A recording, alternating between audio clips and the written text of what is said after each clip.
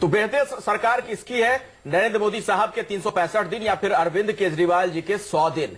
इसको लेकर तमाम तरह की चर्चाएं हो रही हैं। इस सेगमेंट की शुरुआत प्रदीप सिंह जी मैं आपसे करना चाहूंगा। हमारे साथ जो राजनीतिक दल के नुमाइंदे हैं उनसे मैं थोड़ी देर के बाद बात करूंगा, लेकिन जरा ये बताइए सर, ये जो तुलना है आपको क्या लगता है इसके पीछे कोई हिडन एजेंडा भी है क्या, खासतौर पर आम आदमी पार्टी का?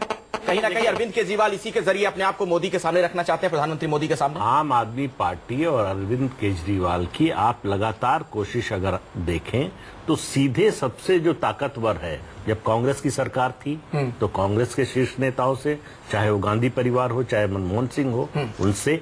अब बीजेपी की सरकार है तो उनको लगता है कि सीधे अपनी लड़ाई को नरेंद्र मोदी बनाम केजरीवाल बना दो तो हमारा जो पब्लिसिटी का दायरा है वो बढ़ जाएगा।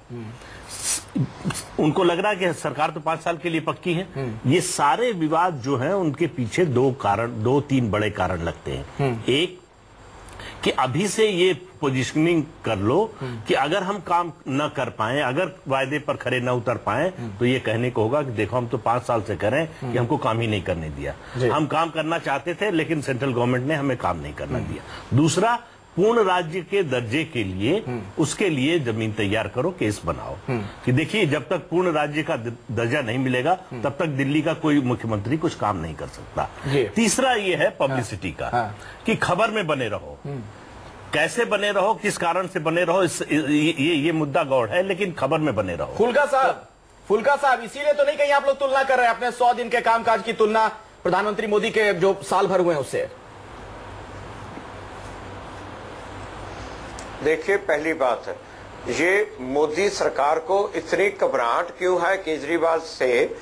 ये सारा देश पड़ा है, सारिया स्टेट्स को छोड़ के वो आके केजरीवाल की सरकार के साथ ही क्यों पंगे ले रहे हैं? पहले तो एक ऑर्डर निकाल दिया, उसके बाद दूसरा ऑर्डर निकाल दिया, उसके बाद तीसरा ऑर्डर निकाल दिया, फिर जो नोटिफिकेशन निकाल दी जिसका इफेक्ट हुआ कि संविधान को अमेंड होना।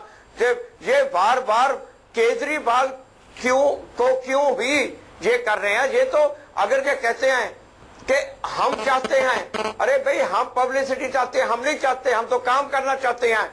ये तो मोदी सरकार बार बार लाके ये खुद मोदी सरकार कर रही है। संबित पात्रा जी, कोई डर है क्या किसी तरह से, कोई मन में भय? देखिए, ये सुबह शाम जो रटन लगाते रहते हैं सरकार बनने से पहले भी कि हर कोई इनसे डरता है, ये इतने डरावने थोड़े ही है कि हर कोई डरता रहेगा, ये ठीक शब्द नहीं है। और देखिए अखिलेश जी, ये बहुत वाजिब प्रश्न है कि आखिर केजरीवाल जी हमेशा इस प्रयास में क्यों रहते हैं कि उनका कंपैरिजन प्राइम मिनिस्टर के साथ हो। देखिए, इसमें अच्छी बात है कि बहुत बड़े मैंडेट के साथ केजरीवाल जी आए। परिपक्वता यही कहता है कि धीरज के साथ केजरीवाल साहब काम करें, डिलीवर करें और जनता पे छोड़े निर्णय लेने के लिए कि आगे क्या करना है। मगर कहीं ना कहीं महत्वाकांक्षा की इस दौड़ में और इस त्वरितता में हमेशा कंपैरिजन की लड़ाई में ही वो आके खड़े हो जाते हैं। देखिए फुल्का साहब, आप एक समझदार व्यक्ति हैं। ये आज सुबह तक प्रधानमंत्री और कल सुबह तक आज सीएम और कल पीएम, ये इतनी जल्दी नहीं होता है, इसमें हो जाते हैं। देखिए फुल्का साहब, आप एक समझदार व्यक्ति हैं। ये आज सुबह तक प्रधानमंत्री और कल सुबह तक आज सीएम और कल पीएम, ये इतनी जल्दी नहीं होता है। इसमें थोड़ा सा आपको पेशेंस की आवश्यकता है और काम करने की आवश्यकता है, डिलीवरी करने की। पात्रा साहब, ये हो भी सकता है, इसको आप लेके जाने की सिरे से नकार नहीं सकते हैं। दिल्ली में भी बड़े हल्के में लिया था आप लोगों ने आम आदमी पार्टी को। आलोक शर्मा जी, मैं आपके पास आऊं उससे पहले जरा एक सवाल यहाँ पर प्रदीप छिंद्रा से है मेरा, आप वकील हैं। प्रदीप, जरा मुझे ये बताइए, क्या आप भी इस बात से इत्तेफाक रखते हैं, क्या आपको लगता है कि जानबूझकर इस तरीके से संवैधानिक संकट के हालात पैदा किए गए ताकि इसी बहाने ऐसा लगे कि बीजेपी और आम आदमी पार्टी आमने सामने है? क्या कहता है संविधान के उस अनुच्छेद के मुताबिक, क्या बातें सामने आती है जिसके तहत दिल्ली का गठन हुआ है? क्या आपको लगता है कि संवैधानिक संकट जैसे हालात पैदा हो सकते थे अफसरों की नियुक्ति को लेकर? जहां तक संवैधानिक संकट की बात है तो मैं समझता हूं कि संविधान खुद में काफी क्लियर है कि क्या कौन सी चीज ऐसी है जो लेजिस्लेटिव असेंबली कर सकती है और कौन सी चीज ऐसी है जो सेंटर कर सकता है। संविधान में संशोधन की जहां तक बात है, मुझे नहीं लगता कि संविधान में संशोधन की कोई जरूरत है। जैसे मैंने पहले भी कहा कि 3 चीजें हैं जो संवैधानिक तौर पे खास तौर से लिखी गई हैं कि पुलिस, पब्लिक ऑर्डर, पुलिस और लैंड, ये 3 चीजें हैं जिनकी लेजिस्लेटिव असेंबली, जिनको छोड़कर लेजिस्लेटिव असेंबली सारे काम कर सकती है। ठीक है। इसके अलावा बाकी सभी काम लेजिस्लेटिव असेंबली कर सकती है, उसमें कोई रुकावट नहीं है संवैधानिक तौर पर। लेकिन इसमें दो और मुद्दे हैं जो मैं जोड़ना चाहूंगा। एक मुद्दा यह है कि लेफ्टिनेंट गवर्नर साहब संविधान के मुताबिक जो लेजिस्लेटिव असेंबली में काउंसिल ऑफ मिनिस्टर्स होते हैं उनकी एड एंड एडवाइस पे चलता है। अब यहाँ पर जो ये शब्द है एड एंड एडवाइस, इसका बहुत महत्व है क्योंकि जहां तक स्टेट का मामला है, अब मैं यहाँ पे दो अलग बातें बोल रहा हूँ। एक स्टेट की बात है, एक यूनियन टेरिटरी की बात है। दिल्ली यूनियन टेरिटरी 239 AA में होने के मुताबिक एक यूनियन टेरिटरी के वो रखती है। स्टेट के जहां तक स्टेट का मुद्दा है वहां पर सुप्रीम कोर्ट की जजमेंट से जो कहती है कि एड एंड एडवाइस का मतलब ये होगा कि काउंसिल ऑफ मिनिस्टर्स की बात उन पर बाइंडिंग होगी, गवर्नर पे बाइंडिंग होगी वहां के। अब अगर वही चीज हम यूनियन टेरिटरी में रखें तो ये कहा जा सकता है, हालांकि डिबेटेबल पॉइंट है, ये कहा जा सकता है कि एक चीज हम यहाँ जोड़ना चाहेंगे।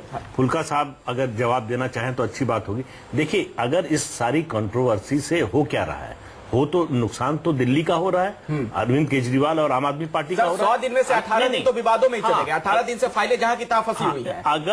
अगर इस मुद्दे पर देखिए, संविधान की जो व्यवस्था है उसके अलग अलग इंटरप्रिटेशन आ रहे हैं। सबसे अच्छा होता कि आम आदमी पार्टी की सरकार सुप्रीम कोर्ट में जाती और कहती कि इसकी व्याख्या कर दीजिए। ये मुद्दा हमेशा, ये विवाद हमेशा के लिए सुलझ जाए, फिर न केंद्र सरकार बोल सकती है न कोई और बोल सकता है। ये मामला एक बार सुप्रीम कोर्ट से तय हो जाता तो सबके लिए बाध्यकारी होता। तो विवाद को सड़क पर चलाने की बजाय अगर सरकार सुप्रीम कोर्ट से जाकर ये एक्सप्लेनेशन मांग लेती, ये स्पष्टीकरण करवा लेती। फुल्का साहब 20 सेकंड में सर जवाब देना चाहेंगे, उसके बाद आलोक शर्मा जी के पास जाना है मुझे। फुल्का साहब, ये जजमेंट ओम प्रकाश पाबा में प्रदीप जी कोर्ट ने बड़ा क्लियरली लिखा है कि जो शिंद्रा जी ने अभी कहा है कि ये 3 सब्जेक्ट को छोड़ के बाकी सब सब्जेक्ट पे ये काउंसिल ऑफ मिनिस्टर की कैबिनेट की एलजी मानेंगे। सिर्फ वो एक प्रधानमंत्री को राष्ट्रपति को भेज सकते हैं अगर कोई डिफरेंस ऑपिनियन है, बाकी अपने आप नहीं है उसको रद्द कर सकते। ये जजमेंट साफ है। अब बात तो ये है ना कि मोदी सरकार कोई तो कुछ तो माने।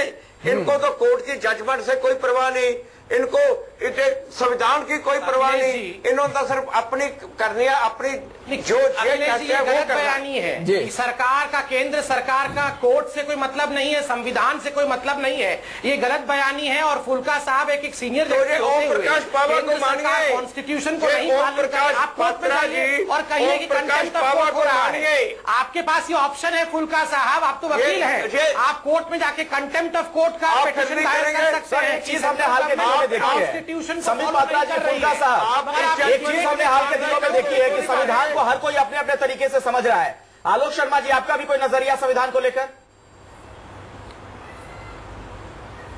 अखिलेश जी, साफ साफ कहना चाहता हूं, जब पार्टी केजरीवाल कहती है कि एलजे महोदय दिल्ली सरकार का तख्ता पलटना चाहते हैं तो एलजी महोदय शांत क्यों है? केंद्र सरकार शांत क्यों है? केंद्र सरकार सुप्रीम कोर्ट में क्यों नहीं चली जाती? अगर केंद्र सरकार ही इस विवाद को सुलझाना चाहती है, पार्टी केजरीवाल तो जानबूझकर आवरण ओढ़ना चाहते हैं कि विवाद वायदे किए थे उनको पूरा करने में हम नाकाम रहे हैं, उसको किसी भी तरह से हम छुपाते रहे। लेकिन केंद्र सरकार को स्पष्ट कर देना चाहिए था। अगर केंद्र सरकार स्पष्ट नहीं कर पा रही है तो इसका मतलब है कि दोनों ही अपनी नाकामी को छुपाना चाहते हैं। आज जनता पूछना चाहती है कि अनऑथराइज्ड कॉलोनीज कब रेगुलराइज होंगी? पानी के टैक्स था और पानी के जो मीटर लेकर केजरीवाल जी कॉन्स्टिट्यूशन क्लब में बैठते थे, फूंक मारकर दिखाते थे, वो कब बंद होंगे? आज दिल्ली की जनता जानना चाहती है कि जो बिजली के मीटर बहुत तेज भागते थे वो कब बंद होंगे? 500 स्कूल कब खुलेंगे? वाईफाई कब मिलेगा? मैं जानना चाहता हूं कि भाजपा और जवाब दीजिए फुल्का साहब, जो सारे काम कांग्रेस नहीं कर पाई वो कब करेंगे? विकास की सोचें। आलोक शर्मा जी पूछ रहे हैं आपसे, जो कुछ वो नहीं कर पाए कब करेंगे आप लोग? सिर्फ वादे हुए थे क्या? जो बिजली के मीटर तेज चलते थे, बिजली के मीटर तेज चलते थे, शीला सरकार के टाइम पे तेज चलते थे। अब आज जाके देखिए बिजली कंपनियों में इतना डर पैदा हो गया। आज जाके आगे बढ़ गए, बिजली के ही रेट को लेकर आप तमाम बातें कह चुके हैं। हालांकि बिजली का भी फायदा जनता को आप दे रहे हैं सब्सिडी के माध्यम से। बिजली कंपनियों के खिलाफ आपने एक पर्ची भी लिखी है?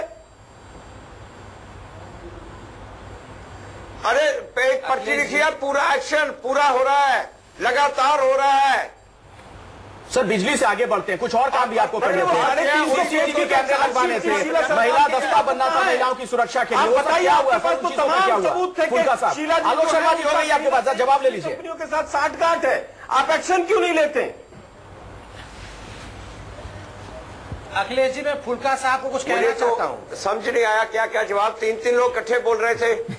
फुल्का साहब मेरा सवाल सुन लीजिए। आलोक शर्मा जी ने तो खैर आप पर कई सवाल दाग दिए हैं, वो तमाम ऐसे सवाल है जो काम वो खुद नहीं कर पाए दिल्ली में 15 साल तक, उसके बाद जवाब मांग रहे हैं। लेकिन मेरा आपसे बड़ा सीधा सवाल है, बिजली की बात छोड़ते हैं, बिजली पर आपने क्या किया नहीं किया वो आने वाले दिनों में पता चल जाएगा। गर्मी बढ़ रही है, भी पता चलेगा, अभी मांग भी बढ़ रही है लगातार।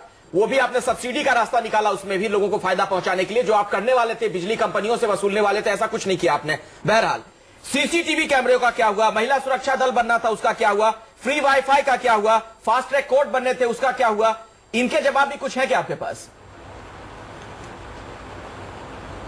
कल को सब कुछ आपको बताएंगे, सिर्फ आप 22 घंटे इंतजार कीजिए। अच्छा। कल को सारा आपको मिल जाएगा, इसका पूरा ब्यौरा मिल जाएगा। ओके, मतलब वो रिसर्च अभी आप नहीं बताना चाहते हैं, वो रिवील नहीं करना चाह रहे हैं, और आपके केस में 22 घंटे इंतजार करने पड़ेंगे, ऐसा क्यों? नहीं, हमने सब कुछ अभी बताओ और आपके लिए 22 घंटा इंतजार करो, ये इस प्रकार का नियम क्यों है? 22 का पूरा ब्यौरा आ रहा है आपके आगे, कल को आ रहा है। इनसे पूछिए 100 दिन हो गए, बजट कहां है आपका? सवाल बहुत सारे हो गए, फुल्का साहब जवाब दे दीजिए, फिर संबित पात्रा जी के पास जाता हूं। आज तक एसी कमरों, आपने सबने एसी कमरों में बैठ के बजट बनाया है। ये बजट जनता बना रही है, जनता, और जनता में जाके लगातार जो मोहल्ला सभा हो रही है, ये बजट पहली बार हिंदुस्तान की हिस्ट्री में जनता का बना हुआ बजट आएगा। चलिए एक मिनट, जरा संबित पात्रा जी से अब एक सवाल मैं पूछ लूं। संबित पात्रा जी, आम आदमी पार्टी को तो कटघरे में आप खड़ा कर रहे हैं, लेकिन कांग्रेस के नेता सचिन पायलट ने एक बयान दिया है। उनका कहना है बीजेपी के बारे में कि चतुर सरकार है, फीता काटने वाली और बटन दबाने वाली सिर्फ सरकार है, काम कुछ नहीं हुआ। नहीं, देखिए मैं कांग्रेस का तो जवाब दूंगा, पहले आम आदमी पार्टी का जवाब दूं। आप देखिए अभी जो 100 दिनों में क्या काम हुआ है, एक बहुत बड़ा काम हुआ है, और इसमें जो हमारे छिंद्रा साहब वकील बैठे हैं उनको डरने की आवश्यकता है। थोड़े दिनों में वकीलों की नौकरी जाएगी, क्योंकि जिस तरह से कॉन्स्टिट्यूशन को तमाम लोग अब पढ़ने लगे हैं 24 घंटे, मुझे लगता है सब लोग वकील ही बन जाएंगे और सब लोग वकालत कर रहे होंगे। सही बात है। केवल यही कंट्रोवर्सी चलने वाली है और रोज कॉन्स्टिट्यूशन के बारे में ही डिस्कशन होने वाला है। और अब आते हैं कांग्रेस के ऊपर। पहले तो हम अपने आलोक भाई का ही जवाब दे दूं, फिर हम सचिन पायलट का जवाब देंगे। आलोक भाई ने आरंभ किया था कोई दुकान और पकवान के बारे में कह के, दोनों आम आदमी पार्टी और बीजेपी के बारे में दुकान और पकवान का जुमला सुना रहे थे। मैंने भी एक जुमला बनाया है आलोक भाई कांग्रेस के लिए। बोलिए सर, बीजेपी बहुत जुमले सुनाती है। लूटे दुकान, लूटे पकवान, लूटे मकान, लूटे खदान, आपका सब कुछ लूट लेना है और कुछ काम नहीं था।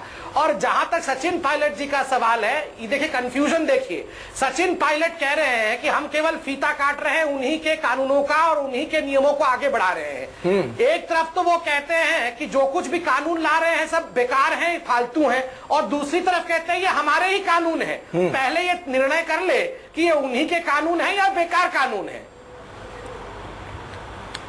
अखिलेश जी मैं उत्तर दीजिए, बिल्कुल उत्तर दीजिए।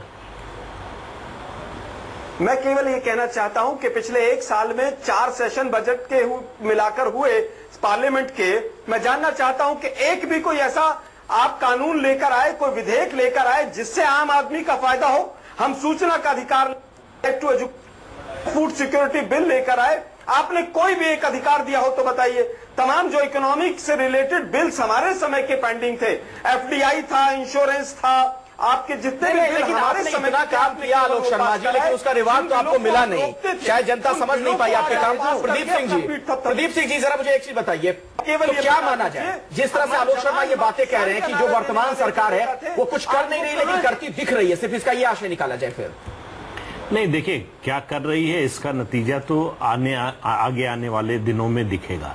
लेकिन एक बात निश्चित, मतलब 2 बातें कही जा सकती हैं कि इस सरकार से जो अपेक्षाएं थी उसके अनुरूप परफॉर्मेंस नहीं दिखती है।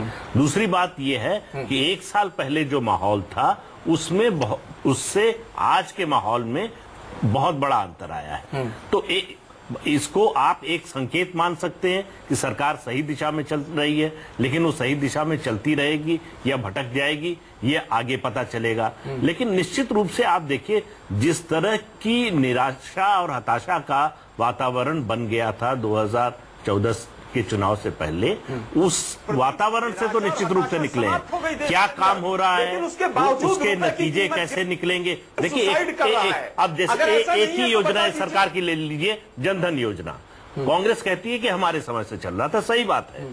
फर्क क्या आया है? फर्क ये आया है कि एक स्पीड का और स्केल का और कमिटमेंट का अंतर है। इतने 5 महीने में 12.5 करोड़ अकाउंट खुलना, ये अपने आप में कमिटमेंट दिखाता है सरकार। ठीक है, लेकिन सर, जो एक बुनियादी चीज है बार बार जिसका मैं जिक्र करता हूं, महंगाई। आम आदमी को इससे नहीं मतलब है, तमाम चीजों से। ठीक है, आप करें, क्या करेंगे आने वाले दिनों में दिखेगा, लेकिन फौरी तौर पर जिस चीज की उम्मीद थी कि आप महंगाई कम कर देंगे, वहां पर आपको सरकार कहां दिखती है, मोदी सरकार? देखिए, आंकड़ों में महंगाई कम हुई है, लेकिन सवाल ये है, बजट की बात करूंगा। हाँ, वही कह रहे हैं, हमारे आपके घर का बजट कम हुआ है क्या? प्रदीप साहब, देखिए,